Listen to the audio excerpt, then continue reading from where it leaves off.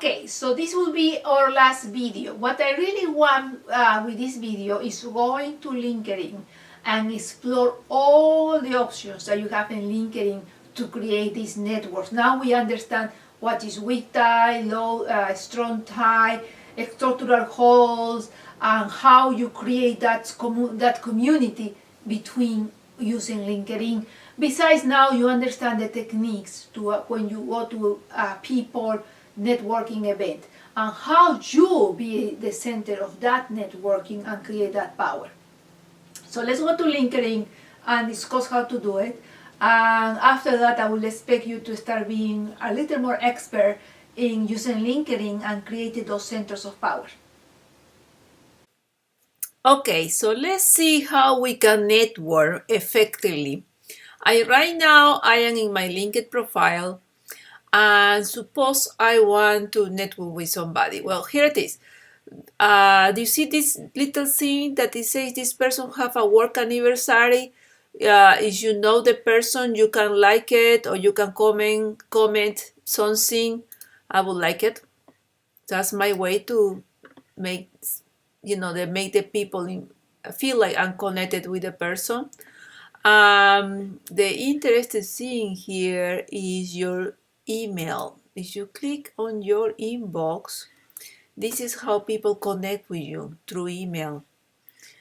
You can start a conversation. You see this person is happy birthday. Oh, here it is. So I will go to this person and I say happy birthday. I haven't seen this person in a long time. Send a message. You see, that helps you to connect with the person. Now, also people can send you an email, and I will use, this is one of your colleagues that it is in Brazil, and he just sent me a message that was very smart. So now I can reply to him and I say, hello, you are in the class. You are here. Okay. So that's a way you connect with the person. Now, suppose I want to, the interesting part also of the email is will go back to Roberto. Sorry, Roberto, using you as an example. You can archive, and you also can go to the next person. Then as you see here, this person is my contact, and I can actually write here how I met this person.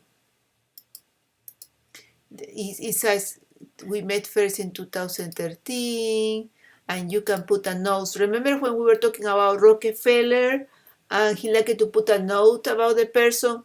So you can actually put a note about this. I was here this dissertation share. So I can put a note. Of course, I will never forget it, but suppose it's a person you don't know. Now, let's go to something else. Suppose I am very interested in TED conferences. I like it a lot. So you go and search TED conferences, and you can actually follow. They give you the most closest related, in this case TED conferences in New York. So because I am interested in this, I can actually follow this. So now I will receive information about that. And you can see there is 16 people in my network who also follow this. So I'm curious, I will click here. Most of these people are my second connections. You see? Second connection. And I wonder, suppose I am very interested in talking with this writer. So what I should be doing, you can click here in the name of the person, and you can either connect and send an email directly to the person and try to talk with the person. But if you try to connect, it will ask you how you met the person. Usually if you put I don't know, that would be really a decision because they really want you to know the person. You can also, let me go back. You can also connect, okay, so other, and then if you know the email of the person, you can actually do it. So let's go again to TED conferences. And you are here, you know this person is a second. If you click on second, so that means you have a friend or a person that you know that is friend of this person. So if you are very interested to connect it with this, you can go to your friend. Here it is. And you can send a message to this person and you can explain it that you're very interested, you are in New York, and that person that is his contact, you would like to talk with this person. So that's the way you can ask for introduction. Could you please introduce me if you actually know the person? Okay. Now you see here relationship. Again, this is a new thing. You can actually put a little note about this person, something that you want me to remind about the person, and you can put a note also how do you meet.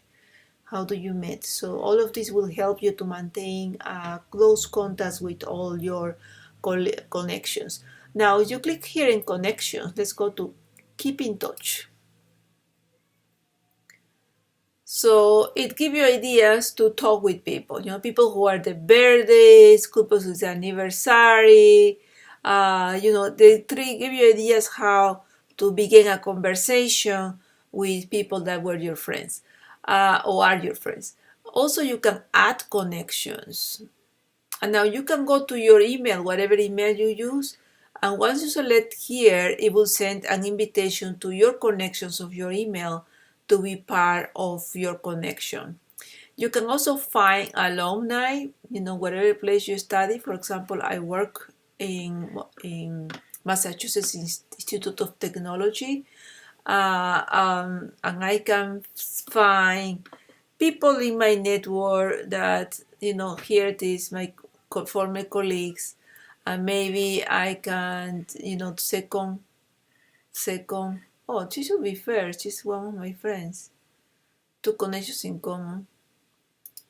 Okay, so I can connect with him if I want to, or his first connection. Okay, and the other thing you can do is, again, you can go to find alumni and you can add to the board. So if you can find people in Massachusetts Institute of Technology who are in your area, you can actually contact them. Like, for example, here there's people in New York where I live. I can click here and find out who are these people, and maybe begin a conversation. Hey, I also was in the same place, you are also in New York, what about we have a coffee? But again, remember, you always have to have a reason to communicate with somebody. Okay, suppose I am interested in Citibank, I can connect with her and I say, listen, I know we studied to the same school, etc. So that will be another option to increase your connectivity with people. Now, suppose you want to look for somebody specific. Let's find the president of a college.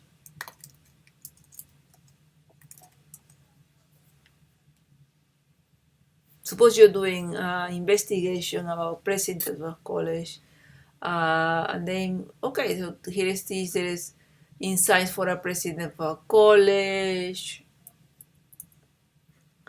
There is this person talking about the thing. So you can actually go around and start talking with people depending on your interests, and then make the decision. The important thing here is it gives you the relationships, first connections, second connections, group members, third one and else. You see how your connections move, and then you can this person is workshop at a teacher's college. Well, he's teaching in teacher's college. That wasn't exactly what I wanted, but suppose I like it educational technology.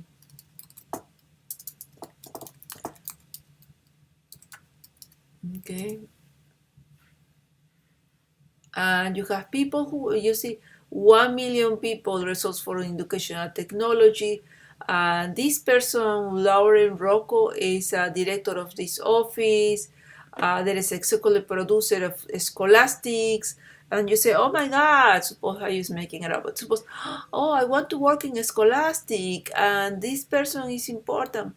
And you say one connection to the poster. Also, even I have one connection there. So you click here. This person is my connection, so I probably can contact this person and ask about this company.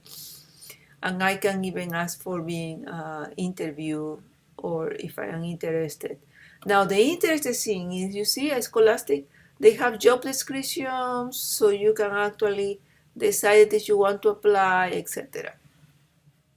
And the groups we talked last time. Now, you also can make connections through jobs, and you can create your profile.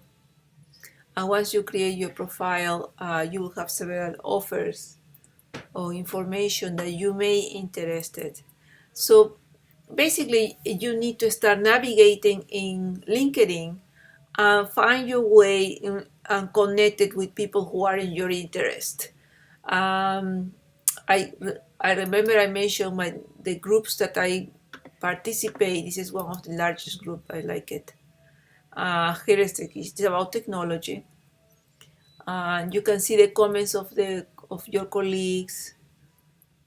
Here I can ask, oh, I know which software. I see there's a software called Grammarly that detects. I can even answer her question. You see? Call